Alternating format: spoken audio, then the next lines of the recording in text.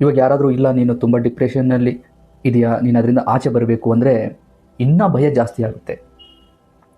ನೋಡಿ, ಇದರಿಂದ ಹೊರಗೆ ಬರಬೇಕು ಅಂದರೆ ಫಸ್ಟು ಸೂಕ್ಷ್ಮವಾಗಿ ನಮ್ಮನ್ನು ನಾವು ಗಮನಿಸಬೇಕಾಗುತ್ತೆ.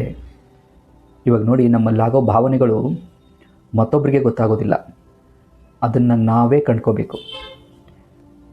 ಯಾವ ವಿಷಯ ನನಗೆ ತುಂಬ ನೆನಪಿಗೆ ಬರ್ತಾ ಇದೆ, ಆ ವಿಷಯದ ಬಗ್ಗೆ ನಾನು ಯಾಕೆ ಅಷ್ಟೊಂದು ತಲೆ ಕೆಡಿಸ್ಕೊಂಡಿದ್ದೀನಿ, ಅಥವಾ ವ್ಯಕ್ತಿಯಾಗಿರಲಿ ಅವ್ರ ಚಿಂತೆಗಳೇ ನನಗೆ ಯಾಕೆ ಕಾಡ್ತಾ ಇದೆ, ನನ್ನ ಪಾಡಿಗೆ ನಾನು ಇರೋಣ ಅಂದರೆ ಆಗ್ತಾ ಇಲ್ವಲ್ಲ ಯಾಕೆ, ಈ ಥರ ಆರಾಮಾಗಿ ಕೂತ್ಕೊಂಡು ಇವುಗಳ ಬಗ್ಗೆ ಯೋಚನೆ ಮಾಡಿ. ಮತ್ತು ಯಾವುದು ನಿಮ್ಮನ್ನು ಕಾಡ್ತಾ ಇದೆಯಲ್ವಾ ಅದನ್ನು ನೀವು ಒಪ್ಕೊಳ್ಳಿ. ಹೌದು, ನನಗೆ ಈ ಒಂದು ವಿಷಯ ನನಗೆ ಕಾಡ್ತಾ ಇದೆ. ಆವಾಗ ಮೆಂಟಲಿ ಫಿಕ್ಸ್ ಆಗಿಬಿಡಿ, ನಾನು ಇದರಿಂದ ಹೊರಗಡೆ ಬರಬೇಕು ಅಂತ. ಫಸ್ಟು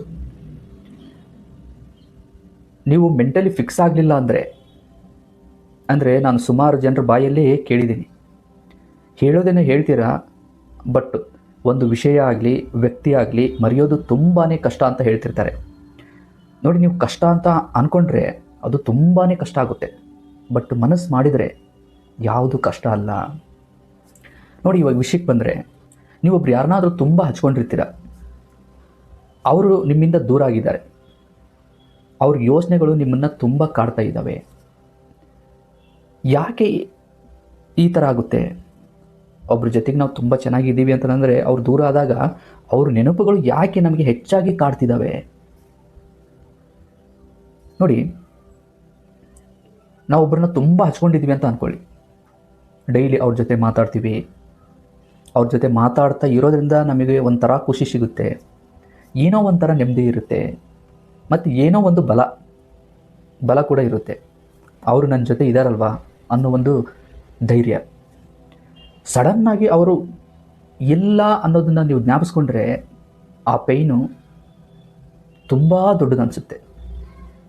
ಯಾಕೆಂದರೆ ನೋಡಿ, ನಿಮ್ಮ ಒಂದು ಜೀವನದಲ್ಲಿ ನಿಮ್ಮ ಜೊತೆ ಅವರು ತುಂಬ ಖುಷಿಯಾಗಿದ್ದರು, ನಿಮ್ಮನ್ನು ಅವರು ತುಂಬ ಖುಷಿ ಪಡಿಸ್ತಾ ಇದ್ದರು, ತುಂಬ ನಗಿಸ್ತಾ ಇದ್ದರು, ನಿಮ್ಮನ್ನು ತುಂಬ ಚೆನ್ನಾಗಿ ಅರ್ಥ ಮಾಡ್ಕೊಂಡಿದ್ರು, ನೀವು ಅವ್ರ ಜೊತೆಗೆ ಪ್ರತಿದಿನ ಮಾತಾಡ್ತಾ ಇರ್ತೀರಾ ಅಂತಂದರೆ ನಿಮ್ಮ ಜೀವನದ ದಿನಗಳಿದ್ದಾವಲ್ವಾ, ಆ ದಿನಗಳ ಒಂದು ಭಾಗ ಆಗಿರ್ತಾರೆ ಅವರು.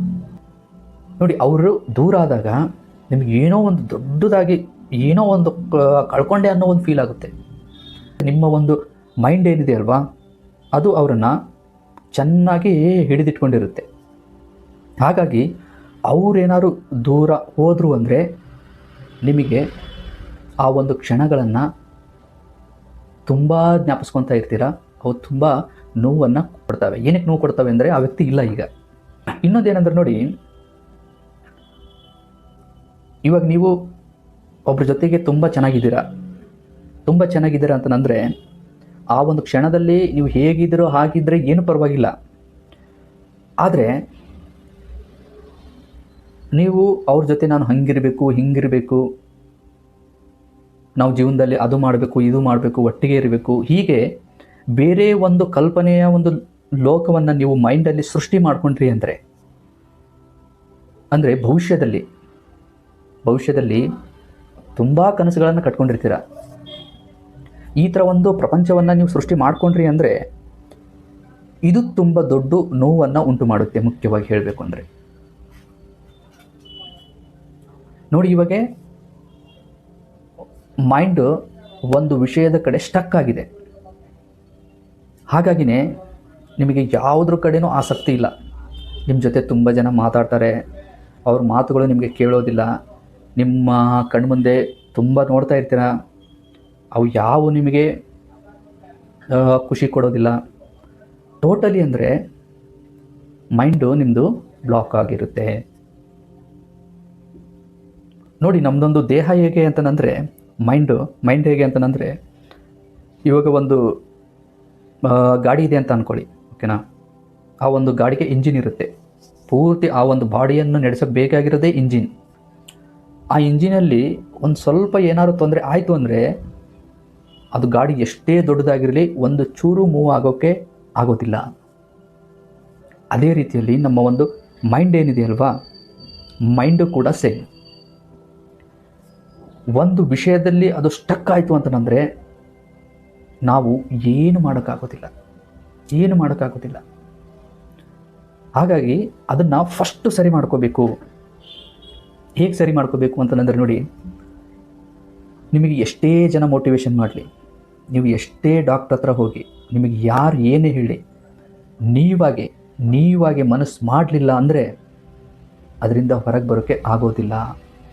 ಫಸ್ಟು ನೀವು ಮನಸ್ಸು ಮಾಡಬೇಕು. ಅಂದರೆ ನೀವೇನು ಯೋಚನೆ ಮಾಡ್ತೀರಲ್ವಾ, ಅದನ್ನು ಬದಲಾಯಿಸಿ ಅಷ್ಟೇ. ನೋಡಿ, ನೀವು ಹೇಗಿರಲಿ ಬಿಡಲಿ, ನಿಮ್ಮ ಜೊತೆ ಯಾರು ಇರಲಿ ಬಿಡಲಿ, ಭಗವಂತ ನಿಮಗೊಂದು ಪ್ರತಿದಿನ ಒಂದು ಅವಕಾಶ ಕೊಡ್ತಾ ಇದ್ದಾನೆ ನೀವು ಬದುಕಲಿಕ್ಕೆ. ಫಸ್ಟ್ ಇದು ಒಂದು ತಲೆಯಲ್ಲಿ ಇಟ್ಕೋಬೇಕು. ನಿಮ್ಮ ಜೊತೆ ಯಾರು ಇರಲಿ ಬಿಡಲಿ, ಪ್ರತಿದಿನ ಒಂದು ಅವಕಾಶ ಕೊಡ್ತಾ ಇದ್ದಾನೆ. ಅಂದರೆ ಮುಂದಿನ ದಿನಗಳು ನಿಮಗೋಸ್ಕರ ಕಾಯ್ತಾ ಇದ್ದಾವೆ. ನೀವು ಬದುಕೋಕ್ಕೆ ರೆಡಿ ಇರಬೇಕಷ್ಟೇ. ನೀವು ಬದುಕೋಕ್ಕೆ ರೆಡಿ ಇರಬೇಕು. ನೋಡಿ, ಫ್ರೀ ಆಗಿರಿ. ಫಸ್ಟ್ ಏನು ಅಂತಂದರೆ ಮೆಂಟಲಿ ಫ್ರೀ ಆಗಿರೋದು. ಇವಾಗ ನೋಡಿ, ಯಾವುದೋ ಒಂದು ವಿಷಯ ನಿಮ್ಮನ್ನು ಬ್ಲಾಕ್ ಮಾಡಿದೆ ಅಲ್ವಾ, ಯಾವುದೋ ಒಂದು ನೆನಪು ನಿಮಗೆ ಬ್ಲಾಕ್ ಮಾಡಿದೆ. ಅದು ಹೋಗಬೇಕು ಅಂತಂದರೆ ಆ ಒಂದು ಸ್ಥಳಕ್ಕೆ ಬೇರೆ ಬೇರೆಯಾದ ನೆನಪುಗಳು ಬರಬೇಕು, ವಿಷಯಗಳು ಬರಬೇಕು. ಹಾಗಿದ್ದಾಗ ಮಾತ್ರ ಹಳೆ ನೆನಪುಗಳು ಸ್ವಲ್ಪ ಹಿಂದೆ ಸರಿತವೆ. ಪೂರ್ತಿಯಾಗಿ ಮರೆಯೋಕ್ಕಾಗೋದಿಲ್ಲ, ಬಟ್ ಅವು ಹಿಂದೆ ಉಳಿತವೆ. ನೋಡಿ, ಮನಸ್ಸು ಹೇಗಿರಬೇಕು ಅಂದರೆ ನಿಂತ ನೀರು ಥರ ಆಗಬಾರ್ದು, ಹರಿಯೋ ನೀರು ಥರ ಇರಬೇಕು. ಇವಾಗ ನೋಡಿ, ನಿಂತು ನೀರನ್ನು ನಾವು ನೋಡ್ತಾ ಇರುವಾಗ ನಮಗೆ ಒಂಥರ ಆಗುತ್ತೆ, ಎಷ್ಟು ಗಲೀಜಿದೆಪ್ಪ ಇದರಲ್ಲಿ ಅಂತ. ಅಂದರೆ ನಿಂತ ನೀರಲ್ಲಿ ಹುಳುಗಳು ಜಾಸ್ತಿ ಆಗ್ತವೆ. ಅದೇ ನೀರು ಹರಿತಾ ಇದ್ದರೆ ಅದು ನೋಡೋಕ್ಕೆ ಒಂಥರ ಖುಷಿ ಮನಸ್ಸಿಗೆ. ಅದೇ ರೀತಿಯಲ್ಲಿ ನಮ್ಮ ಮೈಂಡ್ ಪ್ರತಿದಿನ ಏನಾರು ಒಂದು ಹೊಸದನ್ನು ಅದು ಬಯಸ್ತಾನೆ ಇರುತ್ತೆ. ಅದು ಮಾಡಬೇಕು, ಇದು ಮಾಡಬೇಕು ಅಂತ ಹೇಳಿ ನೀವು ಅದಕ್ಕೆ ಅವಕಾಶ ಕೊಡಬೇಕು. ನೋಡಿ, ಪ್ರಪಂಚ ತುಂಬ ದೊಡ್ಡದಿದೆ. ಸುತ್ತಮುತ್ತ ಜನರು ಕೂಡ ತುಂಬ ಇದ್ದಾರೆ. ನಿಮ್ಮನ್ನು ಪ್ರೀತಿಸೋರು ಕೂಡ ತುಂಬ ಜನ ಇದ್ದಾರೆ ಸುತ್ತಮುತ್ತ. ನೀವು ಅವ್ರನ್ನ ನೋಡಬೇಕು ಸ್ವಲ್ಪ.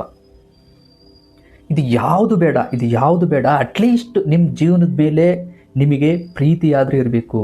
ನಿಮ್ಮ ಮೇಲೆ ನಿಮಗೆ ಪ್ರೀತಿಯಾದರೂ ಇರಬೇಕು, ಒಂದು ಆಸಕ್ತಿ ಆದರೂ ಇರಬೇಕು. ನೋಡಿ, ಭಗವಂತ ಮನುಷ್ಯನ ಜನ್ಮ ಕೊಟ್ಟಿದ್ದಾನೆ ಅಂತಂದರೆ ನಾವು ಇದನ್ನು ಹೇಗೆ ಉಪಯೋಗಿಸ್ಬೇಕು. ಯಾವುದಾದ್ರು ಒಂದು ವಿಷಯಕ್ಕೆ ನಾವು ಬರೀ ಆ ವಿಷಯನೇ ತಲೆಯಲ್ಲಿ ಇಟ್ಕೊಂಡು ಅದನ್ನೇ ನಾವು ದಿನವಿಡೀ ಕೊರಗ್ತಾ ಕೂತ್ಕೊಂಡ್ರೆ ಏನು ಪ್ರಯೋಜನ? ಸ್ವಲ್ಪ ಎಲ್ಲಾದರೂ ಹೊರಗಡೆ ಹೋಗಿ ಬೇರೆ ಬೇರೆ ಜನರ ಹತ್ರ ಮಾತಾಡಿ ಬೇರೆ ಬೇರೆ ವಿಷಯಗಳನ್ನು ತಿಳ್ಕೊಳ್ಳಿ. ಮೊದಲು ನೀವು ಮನಸ್ಸು ಮಾಡಬೇಕು. 100 ಜನ 100 ಹೇಳಿ, ಡಾಕ್ಟ್ರು ಎಷ್ಟೇ ನಿಮಗೆ ಟ್ರೀಟ್ಮೆಂಟ್ ಕೊಡಲಿ, ಮಾತ್ರೆ ಅದು ಇದು ಏನೇ ಕೊಡಲಿ, ನೀವು ಮನಸ್ಸು ಮಾಡದೆ ಹೊರತು ಇದನ್ನು ನೀವು ದೂರ ಮಾಡೋಕ್ಕೆ ಆಗೋದಿಲ್ಲ. ನೋಡಿ, ಏನಾರು ಒಂದು ಕೆಲಸ ಮಾಡ್ತಾ ಇದ್ದೀರಾ, ಅದರಲ್ಲಿ ನಿಮಗೆ ತುಂಬ ಒತ್ತಡ ಇದೆ ಅಂತಂದರೆ ಆ ಕೆಲಸ ನೀವು ಯಾಕೆ ಮಾಡ್ತಾ ಇದ್ದೀರಾ? ಮಾಡಲೇಬಾರ್ದು. ನೋಡಿ, ಕೆಲಸ ಅಂತಂದರೆ ಬರೀ ಹಣ ಸಂಪಾದನೆ ಮಾಡೋದಲ್ಲ, ಅದ್ರ ಜೊತೆಗೆ ನಮ್ಮದೊಂದು ಖುಷಿನೂ ಇರಬೇಕು. ಯಾವುದೇ ಕೆಲಸ ಆಗಲಿ ನಾವು ಖುಷಿಯಿಂದ ಮಾಡಬೇಕು. ಕೆಲವೊಬ್ರು ಹೇಳ್ತಾ ಇರ್ತಾರೆ, ಸರ್ ನಮಗೆ ಕೆಲಸದಲ್ಲಿ ತುಂಬ ಒತ್ತಡ ಇರುತ್ತೆ, ಅದು ತುಂಬ ನಮಗೆ ಟೆನ್ಷನ್ ಆಗುತ್ತೆ ಅಂತ ಹೇಳಿ. ಅಂಥ ಕೆಲಸನ ಯಾಕೆ ಮಾಡ್ತೀರಾ? ಏನೇ ಮಾಡಿದ್ರೂ ತುಂಬ ಖುಷಿಯಿಂದ ಮಾಡಿ. ಯಾವುದೇ ಯೋಚನೆ ಇರಲಿ, ಅದನ್ನು ನೀವು ಆರಾಮಾಗಿ ತೆಗಿಬೋದು. ಕೂತ್ಕೊಂಡು ಆರಾಮಾಗಿ ನಿಮ್ಮ ಬಗ್ಗೆ ನೀವು ಯೋಚನೆ ಮಾಡಿ.